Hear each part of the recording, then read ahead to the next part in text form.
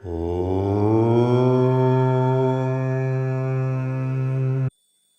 കർമ്മഫലങ്ങളൊക്കെ അനുഭവിച്ച് നല്ല സുഖമായിട്ട് സന്തോഷമായിട്ട് അങ്ങനെ ജീവിച്ച് ആണ് പെണ്ണ് പിന്നെ ഈ ലോകത്തിലെ എല്ലാ സുഖ ദുഃഖങ്ങൾ അത് കഴിഞ്ഞ് പിന്നെ അതിലൂടെ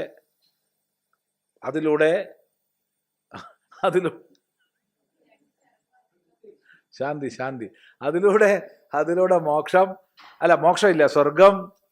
ഇങ്ങനെയുള്ള വഴിക്ക് പോവാം.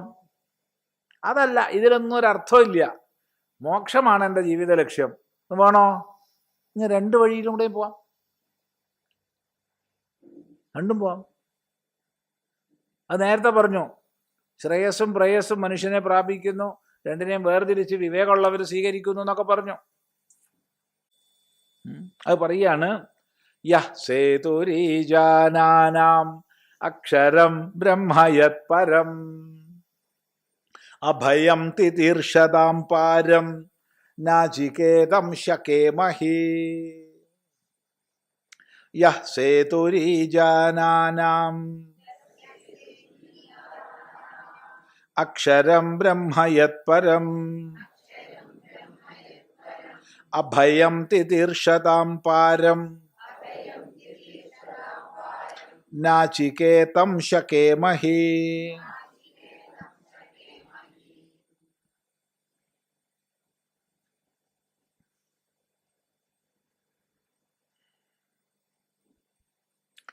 യഹ ഈജാനാനാം സേതുഃ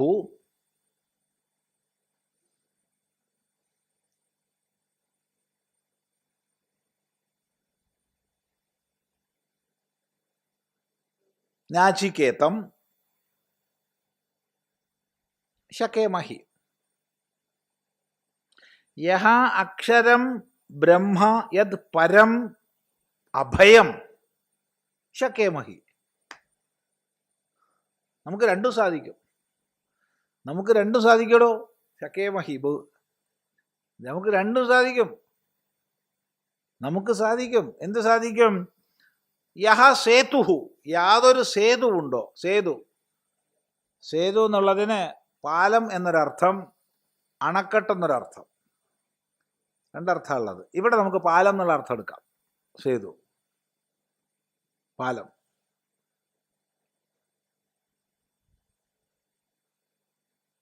ഈ പാലം എങ്ങനെയുള്ളതാണ്? ഈജാനാനാം, യജ്ഞം ചെയ്യുന്നവരുടേതായ പാലം, യജ്ഞം ചെയ്യുന്നവരുടേതായ, യാഗം ചെയ്യുന്നവരുടേതായ നാചികേതം, നാചികേതമായിരിക്കുന്ന അഗ്നിക്രിയയെ ചെയ്യുന്നവരുടേതായ, അതായത് കർമ്മികളുടേതായ എന്നർത്ഥം, കർമ്മികളുടേതായ ഈ വഴി കൂടെ പോവാൻ, ഈ പാലത്തിൽ കൂടെ പോവാൻ നമുക്ക് സാധിക്കും. ശകേമഹി. ഈ സംസാരത്തിലെ ക്ലേശങ്ങളൊക്കെ മാറ്റി നല്ല ശ്രദ്ധയോടുകൂടി ഉപാസന ചെയ്ത് യാഗാദി കർമ്മങ്ങൾ ചെയ്ത് പരമമായ ബ്രഹ്മലോകം വരെ പോകാൻ നമുക്ക് സാധിക്കും.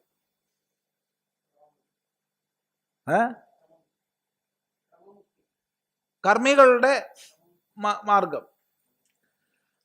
ഇനി യാതൊരു അക്ഷരബ്രഹ്മമുണ്ടോ, യാതൊരു അക്ഷരം ബ്രഹ്മ, അതാരാ? പരം, കർമ്മങ്ങൾക്കുപരിയുള്ള, ഇന്ദ്രിയ മനോബുദ്ധികൾക്കുപരിയുള്ള പരമമായ യാതൊരു ബ്രഹ്മമുണ്ടോ, അവിടത്തേക്കും ഈ പാലം, അതിലേയും പോകാൻ നമുക്ക്, അതും ശകേമഹി, അതും നമുക്ക് സാധിക്കും. അതെങ്ങനെയാ? അഭയം തിതീർഷത, അഭയപദത്തിലേക്ക്. ഈ തിതീർഷത എന്നുള്ള ശബ്ദം രണ്ടു കൂട്ടർക്കും യോജിക്കും. തരണം ചെയ്യുവാൻ ഇച്ഛിക്കുന്നവർക്ക്, ഈ സംസാരത്തിൽ നിന്ന് തരണം ചെയ്യാൻ ഇച്ഛിക്കുന്നവർക്ക് കർമ്മങ്ങളെ ചെയ്ത് ബ്രഹ്മലോക പര്യന്തമുള്ള സ്വർഗലോകങ്ങളെ, ദേവലോകങ്ങളെ നേടാൻ സാധിക്കും. അതിനുള്ള അധികാരം നമുക്കുണ്ട്. കാരണം നമ്മൾ മനുഷ്യരാണ്, നമ്മൾ കർമാധികാരികളാണ്. ഇനി അക്ഷരബ്രഹ്മത്തെ സാക്ഷാത്കരിച്ച് പരമമായ അഭയപദത്തിലെത്താനും നമുക്ക് അധികാരമുണ്ട്. കാരണം നമ്മൾ മനുഷ്യരാണ്, നമ്മൾ ജ്ഞാനാധികാരികളാണ്. നമ്മൾ കർമ്മജ്ഞാനങ്ങൾക്ക് ഒരുപോലെ അധികാരികളാണ്.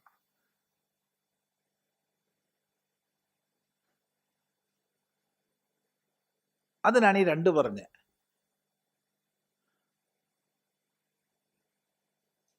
ഏതാ വേണ്ടു നിശ്ചയിക്കാം. ഒരാൾ പറയാണ്, എനിക്ക് ഈ ഉപാസനാമാർഗം തന്നെ, എനിക്ക് അങ്ങനെ പരമമായ ബ്രഹ്മമൊന്നും വേണ്ട, അല്ലെങ്കിൽ പരമമായ ബ്രഹ്മലോകമൊന്നും വേണ്ട, അത് അവനെ ശരിയാക്കാനും ഇവനെ ശരിയാക്കാനും, അവനെ നശിപ്പിക്കാനും ഇവനെ ആകർഷിക്കാനും ഒക്കെ അതും ആവാം, അതിനും വിരോധമല്ല. അത് ഈ രണ്ടിലും പെട്ടതല്ല, അത് ഉപനിഷത്തിന്റെ ചർച്ചാ വിഷയമല്ല. കത്തി കൊണ്ട് കറിക്ക് കഷ്ണവും നുറുക്കാം, മറ്റവനെ കൊല്ലുകയും ചെയ്യാം, രണ്ടും ചെയ്യാം. അപ്പം അതിനൊക്കെ നമുക്ക് അധികാരമുണ്ട്. ഏതാ വേണ്ടു ചാവാം. എന്താണോ കർമ്മം, ഏതാണോ വഴി, അതിനനുസരിച്ചാണ്. ഇത് രണ്ടിനും നമുക്ക് ശക്തിയുണ്ട്. തെരഞ്ഞെടുക്കാനുള്ള അധികാരം മനുഷ്യന്റെ മുമ്പിലുണ്ട്.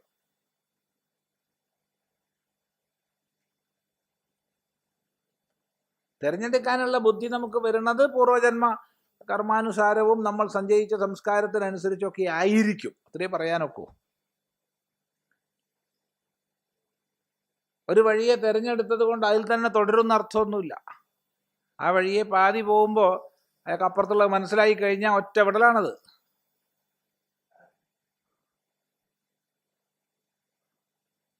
ഒരാൾ കർമ്മയാഗം തുടങ്ങി യാഗം പകുതിയാവുമ്പോഴത്തേക്ക് വിരക്തനായാൽ ഒറ്റ സന്യാസ,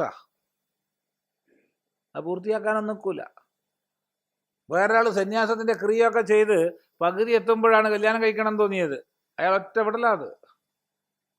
അയാൾ ഇപ്പുറത്ത് വന്ന് കല്യാണം കഴിക്കും. രണ്ടും വിരോധമില്ല. അയാൾ അധികാരം നമുക്കുണ്ട്. എന്ത് വേണമെങ്കിലും ചെയ്യാനുള്ള അധികാരം മനുഷ്യനുണ്ട്. മറ്റു ജീവികൾക്ക് ഇതില്ല. മറ്റു ജീവികൾക്ക് പ്രോഗ്രാം ചെയ്ത് വെച്ചിരിക്കുക. അവർക്ക് അതിനനുസരിച്ച് ചെയ്യാനേ പറ്റൂ.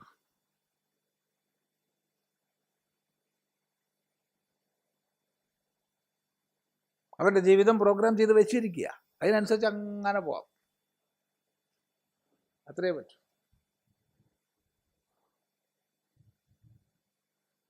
ചിന്തിക്കുക.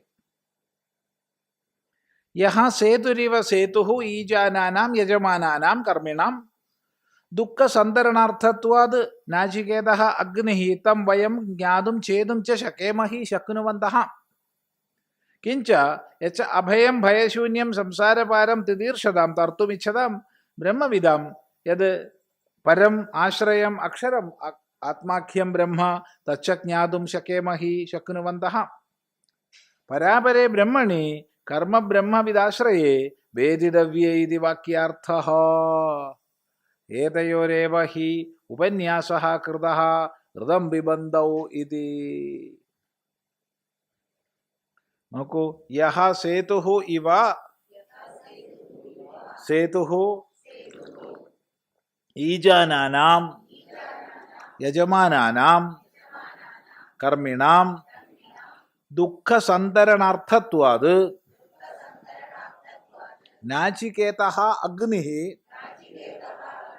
തം വയം ജ്ഞാതും ഛേതും ച ശകേമഹി ശക്നുവന്തഃ കിഞ്ച യച്ച അഭയം ഭയശൂന്യം സംസാരപാരം തിതീർഷതാം തർത്തുമിച്ഛതാം ബ്രഹ്മവിദാം യത് പരം ആശ്രയം അക്ഷരം ആത്മാഖ്യം ബ്രഹ്മ തച്ച് ജ്ഞാതും ശകേമഹി ശക്നുവന്തഃ പരാപരേ ബ്രഹ്മണി കർമ്മ ബ്രഹ്മവിദാശ്രയേ വേദിതവ്യേ ഇതി വാക്യാർത്ഥഃ ഏതയോരേവ ഹി ഉപന്യാസഃ കൃതഃ ഋതം പിബന്ധൗ ഇതി. യസേതുഹു യാതൊരു പാലം, എന്താ പാലം? സേതുരിവ, സേതു, പാലത്തെ പോലുള്ളത് പാലം, അത്രയേ ഉള്ളൂ. ഈ ജാനാനാം കർമ്മിണാം, യജമാനാനാം, യജമാനന്മാർക്ക്, കർമ്മ നിർവഹണം ചെയ്യുന്നവർക്ക്, യജമാനന്മാർ കർമ്മ നിർവഹണം ചെയ്യുന്നവർ. അപ്പം ഇത് വൈദികമാണ് ഉദ്ദേശിക്കുന്നത്, വേദമാണ്. വേദമായതുകൊണ്ട് വൈദികം ഉദ്ദേശിക്കുന്നു. ഇവിടെ ലൗകികം ഇവിടെ ചർച്ച ചെയ്തിട്ടില്ല ഈ മന്ത്രത്തിൽ.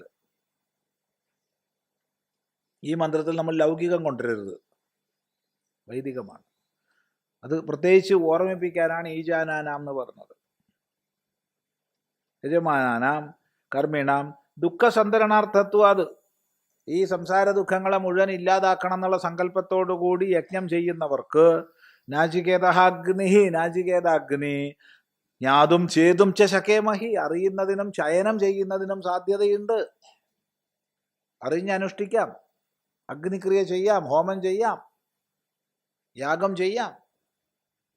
എന്നിട്ട് അതിലൂടെ പരമമായ ബ്രഹ്മലോക പര്യന്തം ഉയരാം, ക്രമമുക്തി നേടാം. അധികാരമുണ്ട് മനുഷ്യന്. ഇനി വേറൊരാള് അങ്ങനെയല്ല, പിന്നെ കിഞ്ച അഭയം ഭയശൂന്യം സംസാരഭാരം തിതീർഷത, ഈ സംസാരത്തിന്റെ മറുകരയുള്ള പരമമായ ബ്രഹ്മം, അതിലേക്ക് തർത്തുമിച്ഛതാം തിതീർഷതാം, തരണം ചെയ്യാൻ ഇച്ഛിക്കുന്നവർക്ക് ബ്രഹ്മവിത്തുക്കളുടെ പരമമായ ആശ്രയമായ അക്ഷരബ്രഹ്മം യാതൊന്നോ, അവിടെ ഈ ഇതില്ല, ഈ ജാനാനാം എന്നുള്ളത് വരില്ല. യജ്ഞനിർവഹണം ഇല്ല, അതിനെ ഉപേക്ഷിച്ചു. അവർ അഗ്നി ഉപേക്ഷിച്ചവരാണ്, നിരഗ്നിയാണ്. മറ്റേ ആൾ സാഗ്നിയാണ്. അപ്പൊ സാഗ്നിയായിട്ടും മനുഷ്യന് കഴിയാം, നിരഗ്നിയായിട്ടും മനുഷ്യന് കഴിയാം. ഉള്ള അധികാരമുണ്ട്. സാഗ്നി വിവാഹിതനാണേ,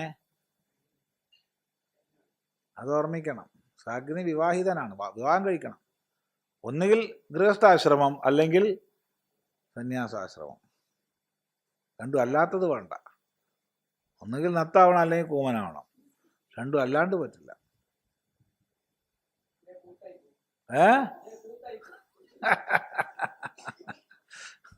അപ്പോ രണ്ടും ഏതെങ്കിലും ഒന്ന്.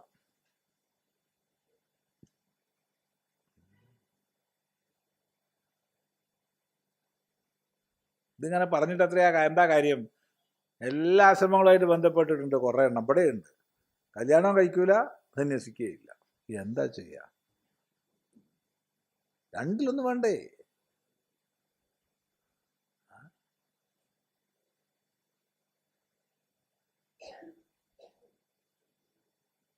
വലിയ പ്രശ്നമാണ്. ശരി, ഇത് രണ്ടിനും നമുക്ക് സാധിക്കും. തച്ചജ്ഞാതും ശകേമഹി, ആ ബ്രഹ്മത്തെ അറിയാനും നമുക്ക് സാധിക്കും. പരാപരേ ബ്രഹ്മണി കർമ്മബ്രഹ്മവിദാശ്രയേ വേദിതവ്യേ ഇതി വാക്യാർത്ഥ, കർമാശ്രയവും ബ്രഹ്മാശ്രയവുമായ അപരവും പരവുമായ രണ്ടിനെയും അറിയാൻ നമുക്ക് അധികാരം, സ്വാതന്ത്ര്യം, കഴിവുണ്ട്. ഇത് രണ്ട് സൂചിപ്പിക്കാനാണ് ഋതം പിബന്ധൗ എന്ന് പറഞ്ഞു തുടങ്ങിയത്. അപ്പൊ ഈ രണ്ട് വഴിക്ക് പോണെങ്കിലും നമുക്ക് എന്ത് വേണം? ഈ രണ്ട് വഴിക്ക് പോണെങ്കിലും ശരീരം വേണം, ഇന്ദ്രിയങ്ങൾ വേണം, മനസ്സ് വേണം, ബുദ്ധി വേണം. അപ്പൊ ഇത് ഏത് വഴിക്കാ നമ്മൾ പോണേ വെച്ചാലും ഇതിനെ ശരിക്കും ഉപയോഗിക്കാൻ പഠിക്കണം.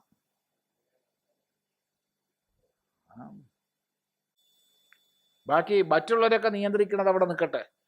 ആദ്യം സ്വയം തൻ്റെ ഉപാധികളെ നിയമിക്കാനും അതിനെ നേർവഴിക്ക് നയിക്കാനും സാധിക്കും. ഏതായാലും ഒന്നുമില്ല, കർമ്മമാർഗമാണെങ്കിലും നല്ലതാണ്, സന്യാസമാർഗവും നല്ലതാണ്.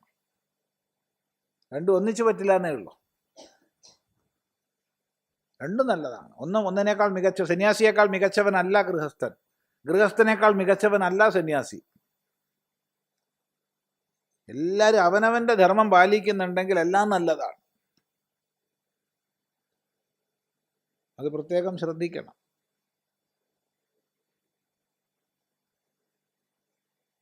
ഉത്തമ ധർമ്മം പാലിക്കുന്ന ഗൃഹസ്ഥൻ ശ്രേഷ്ഠനാണ്, ഉത്തമ ധർമ്മം പാലിക്കുന്ന സന്യാസി ശ്രേഷ്ഠനാണ്.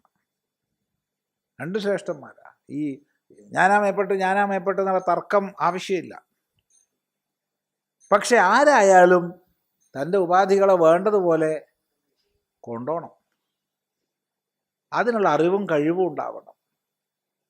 അറിവ് മാത്രം പോരാ. അറിവുണ്ട് കഴിവില്ലാച്ച എന്ത് കാര്യമുള്ളത്? അപ്പം അതിന് പറഞ്ഞു തരികയാണ്, തത്ര യഹ ഉപാധികൃത സംസാരി വിദ്യാവിദ്യയോരധികൃത മോക്ഷഗമനായ സംസാരഗമനായ ച തസ്യ തദുഭയഗമനെ സാധനഃ രഥഃ കൽപ്യതേ. തത്ര യഹ ഉപാധികൃതഃ സംസാരി വിദ്യാവിദ്യയോഃ അധികൃതഃ മോക്ഷഗമനായ സംസാരഗമനായ ച തസ്യ തദുഭയഗമനെ സാധനഃ രഥഃ കൽപ്യതേ. അപ്പോൾ ഉപാധികൃതനായ സംസാരി, നിരുപാധികമായ ബ്രഹ്മത്തെക്കുറിച്ചല്ല പറയണത്, ഉപാധികൃതനായ സംസാരി.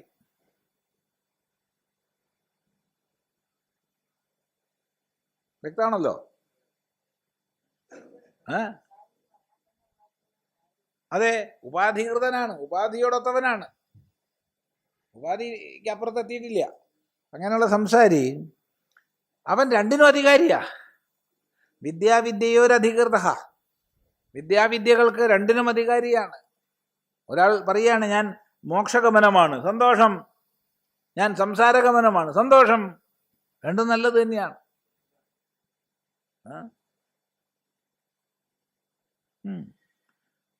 തദുഭയഗമനെ, രണ്ടു വഴിക്ക് പോണെങ്കിലും സാധനം വേണം. എന്താണ് സാധനം? രഥം. രഥം വേണം. രഥം ഉണ്ടെങ്കിലേ രണ്ടു വഴിക്കും പോകാൻ പറ്റുള്ളൂ. അത് ഏത് വഴിക്ക് എങ്ങനെ കൊണ്ടുപോകണം എന്നുള്ളത് അവനവൻ ആലോചിക്കാം. പക്ഷെ രണ്ടായാലും ശരീരം വേണം. അത് പറയുന്നു. എങ്ങനെയാ പറയണത് നോക്കൂ. ആത്മാനം രഥിനം വിദ്ധി ശരീരം രഥമേവ തു ബുദ്ധിം തു സാരഥിം വിദ്ധി മനഃപ്രഗ്രഹമേവ ച ഇന്ദ്രിയാണി ഹയാനാഹുർ വിഷയാംസ്തേഷു ഗോചരൻ ആത്മേന്ദ്രിയമനോയുക്തം ഭോക്തേത്യാഹുർമനീഷിണഃ. രണ്ട് മന്ത്രങ്ങൾ ഒന്നിച്ച്. ആത്മാനം രഥിനം വിദ്ധി ശരീരം രഥമേവ തു ബുദ്ധിം തു സാരഥിം വിദ്ധി മനഃപ്രഗ്രഹമേവ ച ഇന്ദ്രിയാണി ഹയാനാഹുർ വിഷയാൻസ്തേഷു ഗോചരാൻ ആത്മേന്ദ്രിയമനോയുക്തം ഭോക്തേത്യാഹുർമനീഷിണഃ. ആത്മാനം രഥിനം വിദ്ധി, തന്നെ രഥിയാണെന്ന് മനസ്സിലാക്കൂ. രഥി എന്ന് പറഞ്ഞാൽ ആർക്ക് രഥമുണ്ടോ അവൻ. നിനക്കൊരു രഥമുണ്ടെന്ന് നീ മനസ്സിലാക്കൂ. നമ്മൾ ഓരോരുത്തരോടും പറയുക. രഥം എന്ന് പറഞ്ഞാൽ വാഹനം, അത്രയേ ഉള്ളൂ. വാഹനം. അക്കാലത്ത് രഥമാണ് വാഹനം. ഇപ്പൊ നമുക്ക് എന്തും ആവാം. എന്താണ്? ഏത് വാഹനം ആവാം. കാറോ ബസ്സോ മോട്ടോർ ബൈക്കോ എന്ത് വേണമെങ്കിലും ആവാം. ഇന്നതെന്നില്ല.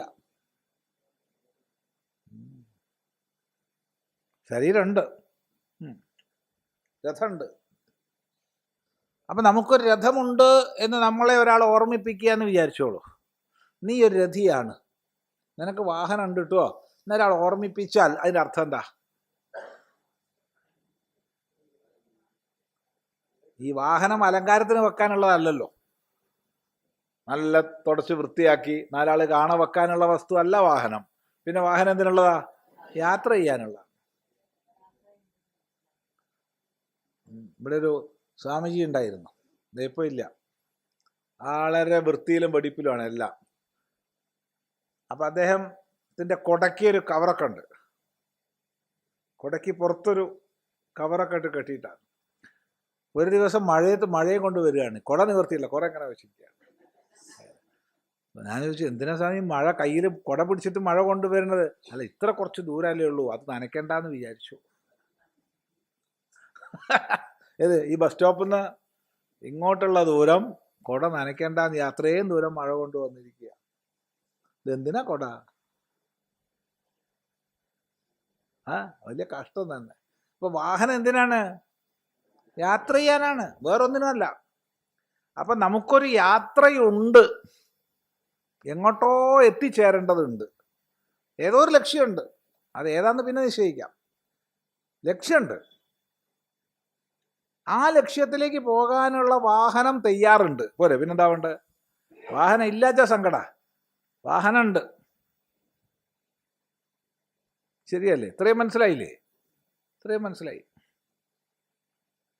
അത് എന്താ രഥം എന്നൊന്നും പറഞ്ഞിട്ടില്ല, അത് പറഞ്ഞാൽ നമുക്ക് കൂടുതൽ പഠിക്കാം. ഇപ്പം ഇത്രയേ പറഞ്ഞിട്ടുള്ളൂ. ആത്മാനം രഥിനം വിദ്ധി, തനിക്ക് രഥമുണ്ടെന്ന് മനസ്സിലാക്കൂ, താൻ രഥസ്വാമിയാണെന്ന് മനസ്സിലാക്കൂ. അപ്പൊ സംശയം, ഏതാ രഥം? രഥത്തിന്റെ പേരെന്താണ്? ശരീരം.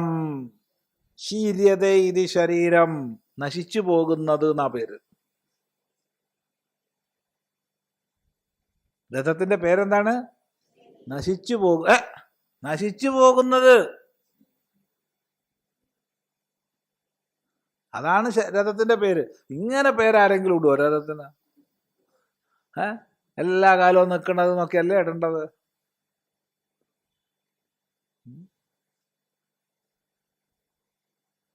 ഈ രഥത്തിന്റെ പേരതാണ്, ശരീരം, നശിച്ചു പോകുന്നത്. ശീര്യത ഇത് ശരീരം. ഒന്ന് മാറ്റണമല്ലോ, പേരൊന്ന് മാറ്റണം. എന്താ മാറ്റുക? ശരീരം എന്നുള്ളതിന് പകരം ദേഹം. ദേഹം ദഹിച്ചു പോകുന്നത്. അപ്പോഴോ ഇനിയിപ്പോൾ എന്താ പേരിടുക?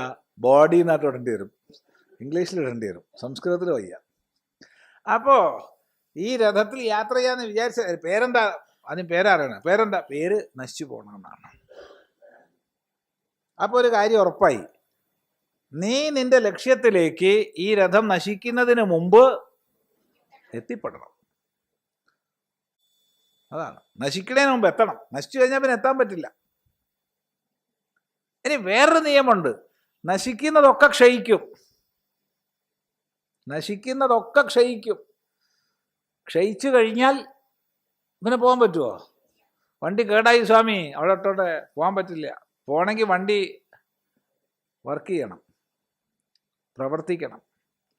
അപ്പം വണ്ടി വർക്ക്ഷോപ്പില്ലേ എന്നാ ചോദ്യം. വർക്ക്ഷോപ്പുണ്ട്. വർക്ക്ഷോപ്പിൽ എത്ര പ്രാവശ്യമാണ് കയറ്റുക? ചില വർക്ക്ഷോപ്പുകാർ പറയും, ഇനി കൊണ്ടുവരണ്ട കേട്ടോ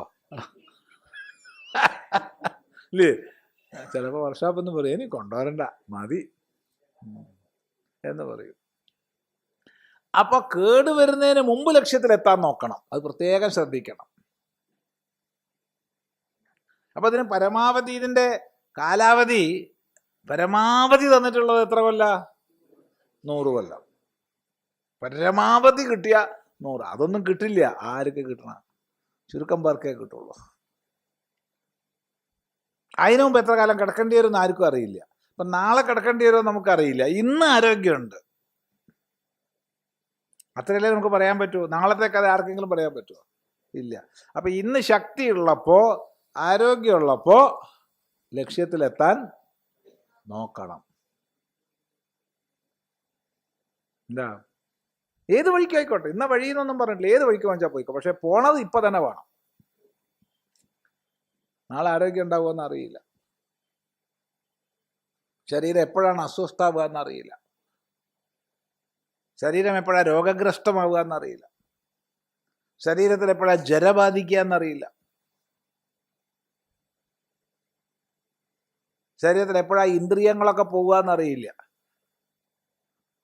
ഗുരുനാനെ കാണാൻ പോയി, പോകുമ്പോഴത്തേക്ക് കണ്ണിന് കാഴ്ച പോയിച്ചാലോ, എവിടെ ഗുരു? എവിടെ? അല്ലെങ്കിൽ കേൾക്കാൻ പോയി ശ്രവണം ചെയ്യണം. കുറച്ചു കാലം കഴിഞ്ഞിട്ടാവാം. ശ്രവണമൊക്കെ ചെയ്യേണ്ടതാണ്, കുറച്ചു കാലം കഴിയട്ടെ. അപ്പോഴത്തേക്ക് കേൾവി പോയി. ഗുരുനാഥൻ പറയാണ് തത്വമസി. എന്ത്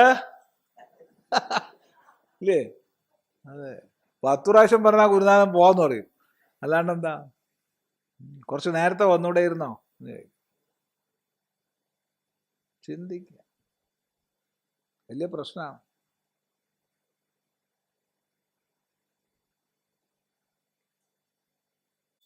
അതുകൊണ്ട് ഭർതൃഹരി നമ്മളോട് പറഞ്ഞു തരുന്നുണ്ട്, യാവസ്വസ്ഥമിതം ശരീരമരുജം യാവജ്ജരാദൂരതോ യാവച്ഛേന്ദ്രിയ ശക്തിരപ്രതിഹത യാവത് ക്ഷയം നായുഷ ആത്മശ്രേയസി താവദേവ വിദുഷാ കാര്യപ്രയത്നോ മഹാൻ സന്ദീപ്തേ ഭവനേ തു കൂപഖനന പ്രത്യുദ്യമ കീദൃശ എന്നൊരു ചോദ്യം, നമ്മളോടൊരു ചോദ്യമാണ്.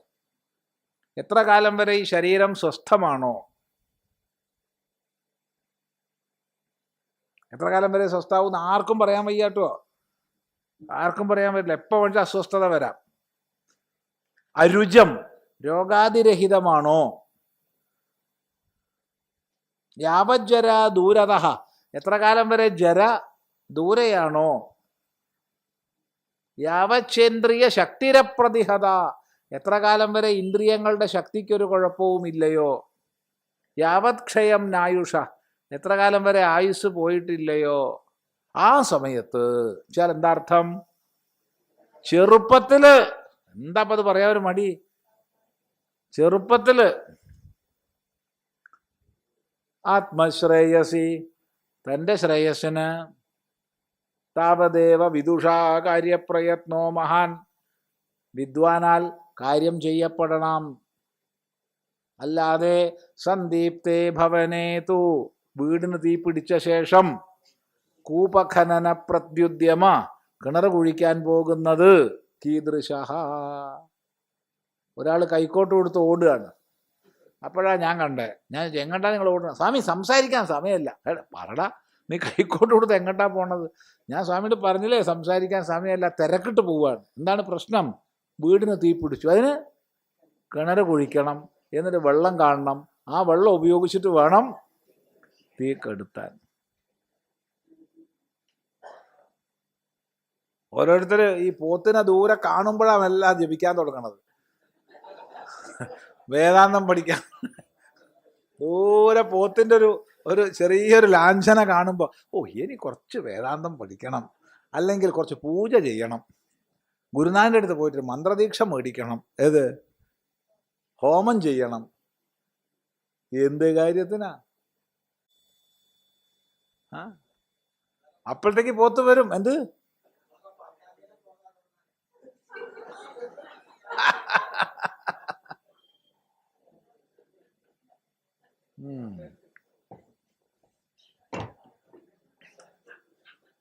അപ്പോ അതാണ് സ്ഥിതി. അതുകൊണ്ട് ചെറുപ്പത്തിൽ തന്നെ വല്ലതൊക്കെ ഒപ്പിച്ചാൽ നന്നായി. അത്രയേ ഉള്ളൂ, അത്രയേ ഉള്ളൂ. അപ്പം അതുകൊണ്ട് കേട് വരുന്നതിന് മുമ്പ് തന്നെ ലക്ഷ്യത്തിലെത്തണം. ഇതാണ് ശരീരം രഥമേവതു. വേറെയുണ്ട്, നമ്മളെ വാഹനം എപ്പോഴും നല്ല കണ്ടീഷനാക്കി വെക്കണം, അല്ലേ? വാഹനം റിപ്പയർ ചെയ്ത് മെയിൻ്റനൻസ് ചെയ്ത് നല്ല വൃത്തിയിൽ വെക്കണം. അതുപോലെ തന്നെ ഈ ശരീരത്തേക്ക് നമ്മൾ വേണ്ടതുപോലെ ഭക്ഷണം കൊടുത്ത്, വെള്ളം കൊടുത്ത്, ഉറക്കം കൊടുത്ത്, അല്ലേ, ഒക്കെ വൃത്തിയാക്കി കുളിപ്പിച്ച് വൃത്തിയാക്കി. കുളിപ്പിച്ചു എന്നൊക്കെ പറയുമ്പോൾ വേറൊരാളെ കുളിപ്പിക്കണ പോലെയാണ് നമുക്ക് തോന്നുക. അല്ല, ഈ ശരീരത്തെയാണ് പറഞ്ഞത്. ഇതിനെ കുളിപ്പിച്ച് വൃത്തിയാക്കി പല്ല് തേച്ച് നല്ല ആരോഗ്യമായിട്ട് വെക്കണം. ഭക്ഷണം മര്യാദയ്ക്ക് കഴിക്കണം, ഭക്ഷണം കഴിക്കാണ്ട് ക്ഷീണിപ്പിക്കരുത്, ഓവർ ഭക്ഷണം കഴിക്കരുത്, ജോലി എടുക്കണം, വ്യായാമം വേണം. എന്ത് എന്ത് അധികം ജോലി എടുപ്പിക്കരുത്, ജോലി എടുക്കണം, വ്യായാമം വേണം. അതെ, അങ്ങനെ തന്നെ മെയിൻറ്റെയിൻ ചെയ്യണം. കാരണം ഇത് നല്ല കണ്ടീഷനായി നിന്നാലേ നമുക്ക് പോകാൻ പറ്റുള്ളൂ. അതുകൊണ്ട് ഏ അതെ, 3 നേരം ഇന്ധനം കൊടുത്തോളൂ, വിരോധമില്ല. അതിനനുസരിച്ച് പണിയെടുപ്പിക്കണം. ഇന്ധനം കൊടുക്കുകയും ചെയ്യുക, പണിയെടുപ്പിക്കാതിരിക്കുകയും ചെയ്യാന്ന് പറഞ്ഞാൽ രോഗം വരും. ഭക്ഷണം വേണ്ടതുപോലെ കൊടുക്കണം, ഭക്ഷണം വേണ്ടതുപോലെ കഴിക്കണം. ഉപവാസം എന്നും പറഞ്ഞിട്ട് ക്ഷീണിപ്പിക്കരുത്. വെള്ളം കുടിക്കണം, ആവശ്യത്തിന് ഉറങ്ങണം, ഇതിനെ കുട്ടപ്പനാക്കി വെക്കണം, ഒക്കെ വേണം. അതിൽ കവിഞ്ഞത് ഞാനാണെന്ന് അഭിമാനിക്കൊന്നും വേണ്ട. ഇതെൻ്റെ ഒരു വാഹനം മാത്രമാണ്. വാഹനം കണ്ടീഷനായി നിന്നാലേ നമുക്ക് യാത്ര പോകാൻ പറ്റൂ. അപ്പോൾ ടയർ ശരിയില്ല, മറ്റേ ശരിയില്ല, മറിച്ച് ശരിയില്ല എന്ന് പറഞ്ഞാൽ പോലെ കോഴിക്കോടേക്ക് പോകണമല്ലോ, എണ്ണയില്ല എന്ന് പറഞ്ഞാൽ പ്രശ്നമായി. എണ്ണയൊക്കെ എപ്പോഴും അതിൽ വേണം, അത് ശ്രദ്ധിക്കുക. അതിൽ കവിഞ്ഞ് ഞാനാന്നുള്ള അഭിമാനമൊന്നും വേണ്ട. പിന്നെ വേണ്ട രീതിയിലൊക്കെ കൊണ്ടുപോകണം. സാധകന് വേണ്ട വീക്ഷണം അത് പ്രത്യേകം ശ്രദ്ധിക്കുക. ചിലർ സാധകന്മാരാന്ന് പറഞ്ഞിട്ട് ദിവസം ഇന്നെന്താ, ഇന്ന് തിങ്കളാഴ്ച വ്രതം, നാളെ ചൊവ്വാഴ്ച വ്രതം, പിന്നെ ബുധനാഴ്ച വ്രതം, 2 ആഴ്ച കൊണ്ട് രോഗമാവും, ആശുപത്രിയിലാവും. മറ്റുള്ളവർക്ക് ഉപദ്രവമാണെന്ന്. ഓവറായിട്ട് കഴിക്കാനും പാടില്ല, കഴിക്കാതിരിക്കാനും പാടില്ല. നാത്യശ്നതസ്തു യോഗോസ്തി നചൈകാന്ത മനസ്നത. വല്ലാണ്ട് ഭക്ഷണം കഴിക്കുന്ന ആൾക്കും യോഗമില്ല, തീരെ കഴിക്കാത്ത ആൾക്കും യോഗമില്ല.